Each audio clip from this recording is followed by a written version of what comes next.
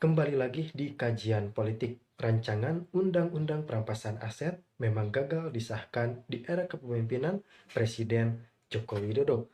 Namun, bukan berarti rancangan Undang-Undang Perampasan Aset hilang begitu saja. Kita semua tahu bahwa Presiden terpilih Republik Indonesia beberapa kali dalam pidatonya menyampaikan bahwa kepemimpinan Prabowo Gibran akan sangat tegas terhadap tindak pidana korupsi di Indonesia. Ini adalah sebuah sinyal bahwa Presiden terpilih Republik Indonesia memang sangat mendukung penuh langkah ketegasan pemerintah dalam menghandle kasus korupsi di Indonesia. Karena seperti yang kita ketahui bahwa kasus korupsi di Indonesia akan terus ada jika penanganan hukumnya tidak begitu serius dan tidak begitu efektif menangani kasus korupsi di Indonesia. Kita semua tahu apa yang Presiden Jokowi katakan, bahwa negara ini memiliki dasar hukum ketentuan tindak pidana korupsi. Namun, kasus korupsi di Indonesia terus ada dan angkanya terus meningkat. Ini artinya kita memerlukan sebuah evaluasi yang berlian dari sebuah rancangan undang-undang perampasan aset. Salah satunya, rancangan undang-undang perampasan aset ini sangat dibutuhkan untuk Indonesia kembali membangun recovery yang baik dan mengembalikan aset-asetnya yang telah dicuri oleh para koruptor. Kita semua tahu bahwa koruptor sangat takut dengan undang-undang perampasan aset karena ini bisa menjadikan senjata yang sangat kuat dan efektif. Teman-teman, undang-undang perampasan aset ini tidak bisa dilawan dengan alibi manapun, yang judulnya pun Undang-Undang Perampasan Aset Koruptor. Jadi, setiap orang atau individu yang melakukan tindak pidana korupsi di Indonesia, maka negara akan mengambil alih hak dan kekayaan yang dihasilkan dari koruptor atau yang dihasilkan dari tindak pidana korupsi. Ini saya kira sangat tegas. Bahkan Presiden Joko Widodo telah mengirimkan surat presiden terhadap DPR Mei 2024 lalu. Namun, apa yang terjadi? DPR belum juga mengesahkan rancangan undang-undang perampasan aset. Ini artinya memang bolanya ada di DPR. Apakah DPR bisa dengan cepat mengesahkan rancangan undang-undang perampasan aset atau tidak? Namun yang terjadi di lapangan, DPR akan membahas rancangan undang-undang perampasan aset di periode Presiden terpilih Republik Indonesia Prabowo Subianto. Saya sangat menyayangkan rekan-rekan hal itu dikarenakan memang rancangan undang-undang perampasan aset sangat dibutuhkan di Indonesia. Bahkan rakyat sipil seperti saya saja begitu paham dan mengetahui bahwa bagaimana urgensi rancangan undang-undang perampasan aset. Ketika saya menjadi Presiden Joko Widodo pun, rasanya saya akan sedikit jengkel dengan situasi seperti saat ini. Kenapa jengkel? Presiden sudah berulang kali mengirimkan surat presiden, kemudian mendorong DPR untuk mengesahkan rancangan undang-undang perampasan aset di setiap kesempatan konferensi pers, teman-teman.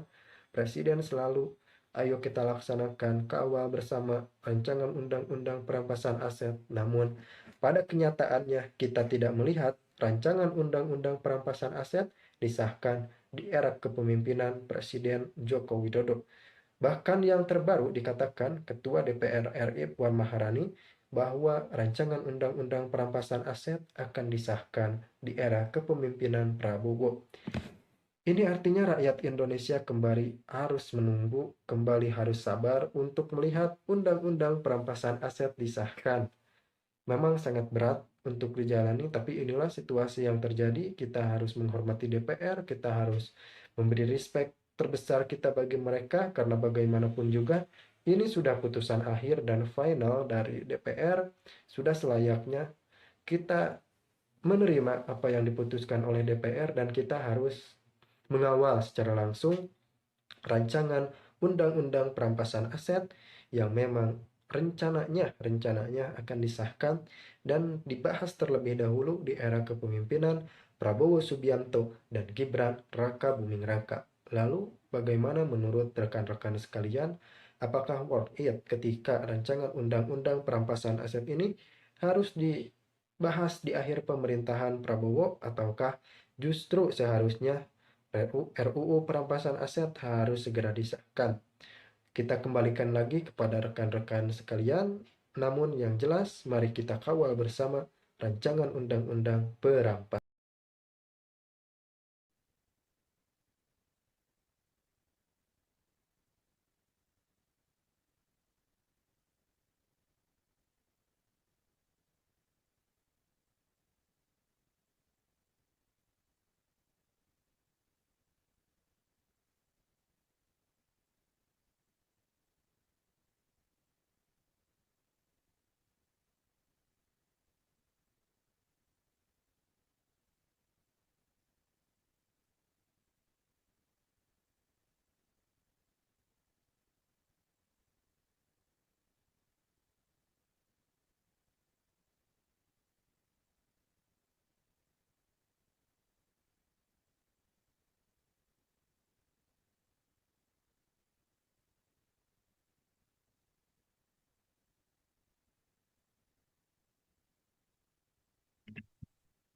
Dan berikutnya, Bapak Ibu yang kami hormati, kita akan mendengarkan pendapat akhir mini dari pemerintah terhadap kelima RUU tentang pengesahan persetujuan kerjasama bidang pertahanan dengan negara-negara yang kami telah sebutkan tadi.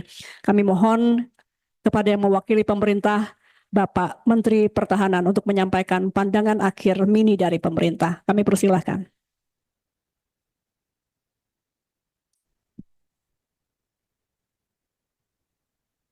Bismillahirrahmanirrahim. Assalamualaikum warahmatullahi wabarakatuh. Selamat siang, salam sejahtera bagi kita sekalian. Shalom, Om Swastiastu. Nama budaya, salam kebajikan, rahayu. Yang saya hormati dan saya banggakan Ketua Komisi 1 DPR RI, Ibu Mutia Fiada Hafid. Para Wakil Ketua yang saya hormati, tentunya tadi Ibu Mutia berasal dari Partai Golkar. Para Wakil Ketua, Bapak Utut Adianto, Wakil Ketua dari fraksi PDIP yang saya hormati. Bapak Sugiono dari fraksi Gerindra. Bapak Teguh Rifki Harsyah dari fraksi Demokrat. Bapak Abdul Haris Al-Masyari dari fraksi PKS yang saya hormati. Seluruh anggota Komisi 1 DPR RI dari seluruh fraksi yang hadir pada siang hari ini yang saya hormati pula. Yang terhormat Menteri Hukum dan HAM, Saudara Supratma Andi Aktas, Wakil Menteri Luar Negeri, Saudara Pahala Nugraha Mansuri, Wakil Menhan dan Jenderal TNI Purnawirawan Muhammad Herindra yang saya hormati dan saya banggakan. Tentunya kita memanjatkan puji syukur kehadirat Tuhan Maha Besar, Allah SWT, kita masih diberi kesehatan untuk hadir di ruang yang terhormat ini di hadapan Komisi 1 DPR RI yang membidangi pertahanan, intelligence, luar negeri, bidang-bidang yang sangat menentukan kedaulatan dan kehidupan berbangsa. Alhamdulillah, kita telah menuju ratifikasi penuh rancangan undang-undang kerjasama pertahanan dengan 5 negara yang sangat penting bagi kita. Republik India, Republik Prancis, kedua negara adalah negara yang memiliki senjata nuklir. Persatuan Emirat Arab, Republik Federasi Brazil, Kerajaan Kamboja, 5 negara ini adalah negara-negara yang penting bagi kita. Saya berterima kasih atas kerja keras Komisi 1 sehingga kita hari ini bisa menyelesaikan pembahasan tentang kelima RUU ini. Saudara-saudara sekalian,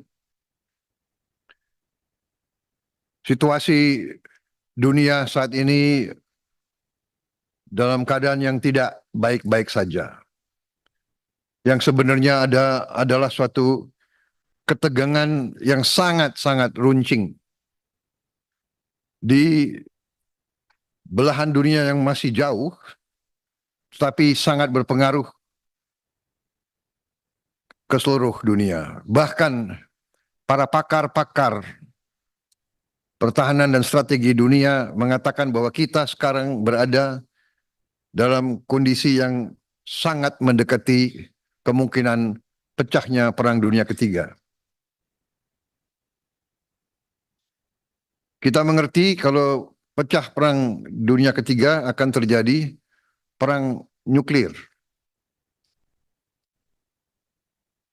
Alhamdulillah, tradisi Indonesia adalah sebagai negara non-blok yang tidak mengikuti blok manapun. Tradisi ini kita pertahankan. Namun, kalau terjadi perang nuklir di dunia, walaupun kita tidak terlibat, saya kira kita akan merasakan dampaknya yang sangat berat. Terjadinya Perang Dunia Kedua, terjadinya Perang Dunia Pertama pun tidak diperkirakan. Bahkan banyak ahli pada saat itu meremehkan. Tapi sejarah menunjukkan bahwa kalau ada 2 atau 3 kekuatan yang ingin memaksakan kehendaknya, perang itu meletus. Kita melihat sekarang di Palestina juga mendekati suatu perang yang sangat dahsyat. Karena itulah saya sebagai Menteri Pertahanan mengucapkan terima kasih kepada Komisi 1. Saya merasa didukung sepenuhnya oleh Komisi 1.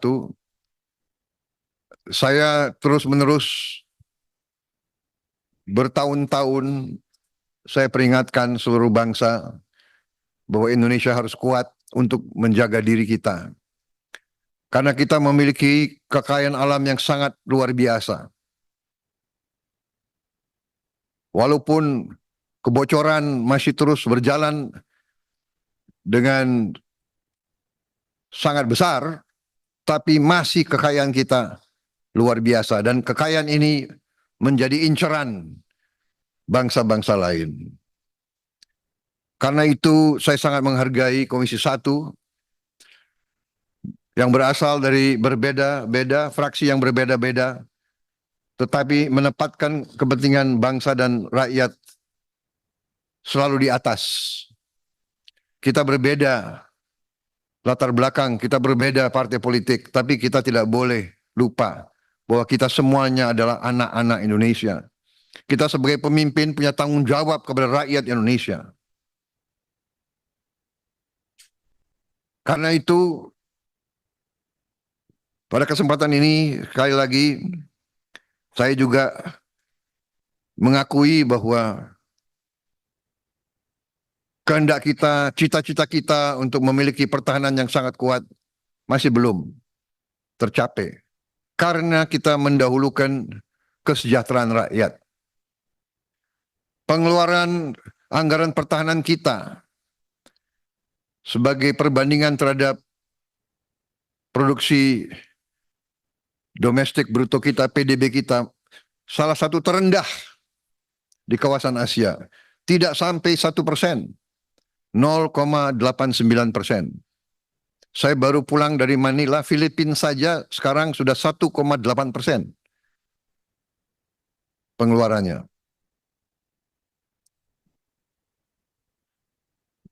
Memang pertahanan sangat mahal. Kita melihat tetangga kita, Singapura, pulau sebesar Bogor, jumlah penduduknya hanya 5 juta. Mereka bersedia mengeluarkan anggaran pertahanan 3% dari GDP mereka. pulau yang demikian kecil menilai kemerdekaan mereka begitu penting. Ini saya kira akan menjadi PR kita bersama ke depan. Komisi 1 yang akan datang, saya yakin juga akan meneruskan apa yang sudah saudara-saudara rintis. Kami dari Kementerian Pertahanan ingin mengucapkan terima kasih yang sebesar-besarnya atas kerjasama. Walaupun di awal-awal cukup menegangkan, tapi saya kira ini bagian dari demokrasi. Kita harus siap untuk menghadapi wakil-wakil rakyat.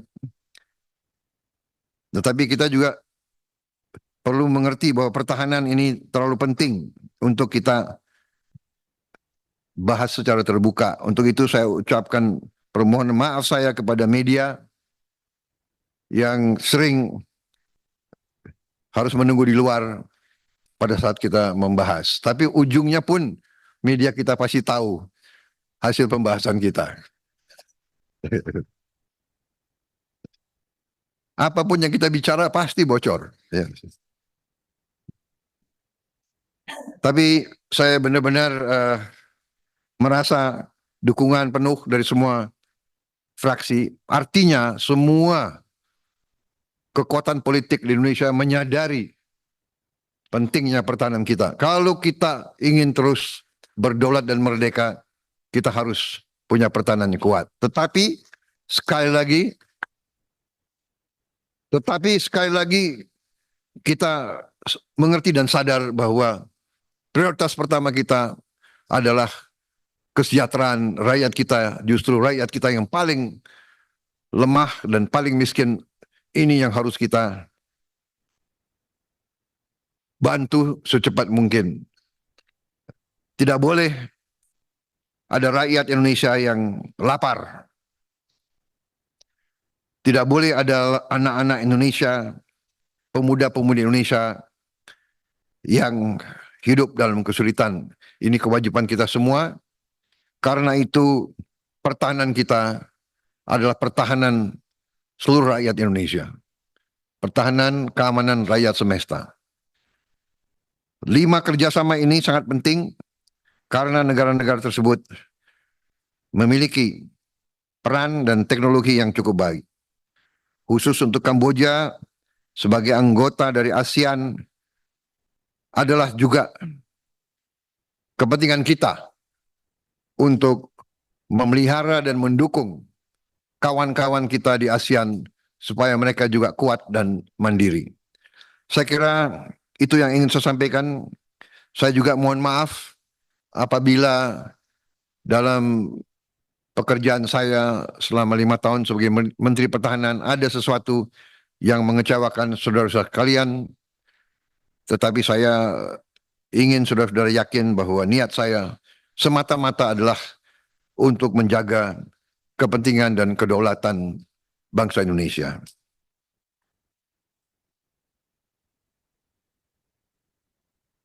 Dengan demikian, saya mohon diri kepada saudara-saudara dan saya diberitahu bahwa ini adalah mungkin rapat terakhir bagi Komisi 1 dengan Kementerian Pertahanan. Dengan demikian, atas nama seluruh Kementerian Pertahanan Republik Indonesia, kami mohon diri, kami mengucapkan selamat, penghargaan atas pengabdian Bapak-Bapak, Ibu-Ibu sekalian, dan mudah-mudahan kita terus akan bekerja sama untuk bangsa dan negara kita, supaya kita bisa mengarungi masa-masa yang mungkin sulit untuk menjaga keselamatan bangsa dan rakyat kita. Tugas yang lebih besar menunggu kita semua. Terima kasih. Semoga Tuhan Yang Maha Besar senantiasa menyertai Bapak-Bapak, Ibu-Ibu dalam pengabdian Bapak-Bapak, Ibu kepada negara dan bangsa. Dan semoga Indonesia selalu kuat, dan jaya. Terima kasih. Wassalamualaikum warahmatullahi wabarakatuh. Salam sejahtera kita. Shalom, Om Santi, Santi, Santi Om.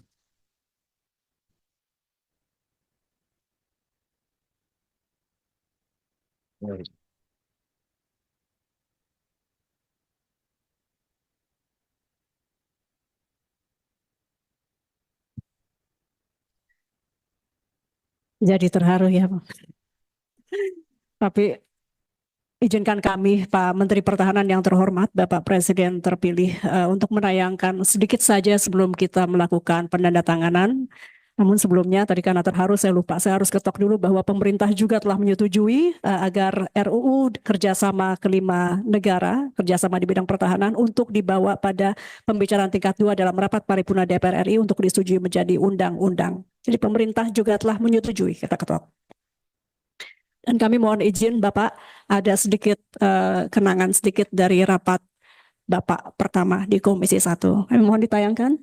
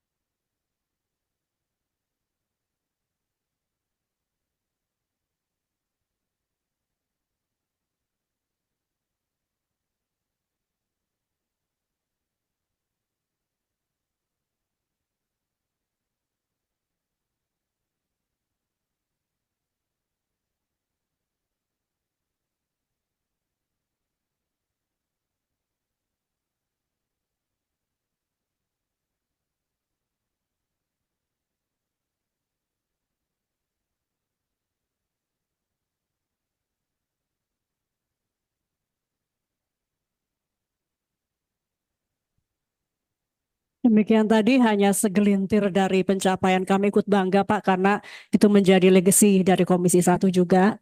Kita melewati COVID bersama-sama, kita juga melihat Palestina bersama-sama, kita melihat kenaikan ULP untuk prajurit, kita melihat kendaraan-kendaraan dinas yang lebih baik, dan banyak lagi rumah sakit, pendidikan, dan lebih banyak lagi. Bapak, jadi kami atas nama pimpinan dan seluruh anggota Komisi 1 di akhir ini mengucapkan terima kasih atas kerjasama yang tidak hanya baik tapi produktif dan insya Allah manfaat untuk kemaslahatan bangsa. Kami mohon maaf juga Pak Menhan jika ada kesalahan dalam berperilaku sebagai mitra. Kami ikut berbangga atas amanah rakyat yang telah disematkan kepada Bapak Betul Bapak, ini mungkin sejarah pertama ada presiden terpilih yang bermitra dengan komisi. Karenanya kami ikut bangga dan amat meyakini bahwa Bapak akan sudah terbiasa mendengarkan suara rakyat. Karena dari kami juga penyampaiannya macam-macam, terutama di awal-awal ketika kita sama-sama saling mengenal. Jadi mudah-mudahan ini menjadi bekal Bapak untuk menjadi presiden yang selalu aspiratif. Kami mendoakan agar tugas kenegaraan Bapak dimudahkan dan konsistensi. Kalau kita lihat videonya tadi konsisten kerjasama dengan Komisi 1 di awal sampai di akhir. Demikian juga konsistensi Bapak yang menyampaikan bahwa akan membawa Indonesia insya Allah lebih baik, bermartabat, dan juga berdaulat. Terima kasih, kami mohon izin berikutnya pimpinan dan juga Pak Menhan yang mewakili Pak Menkumham dan juga yang mewakili Kemlu untuk bersedia ke tengah untuk akhirnya kita memberikan atau membubuhkan tanda tangan kita untuk 5 kerjasama pertahanan dengan negara-negara yang tadi sudah disampaikan. Kami mohon izin Pak Menhan setelah siap.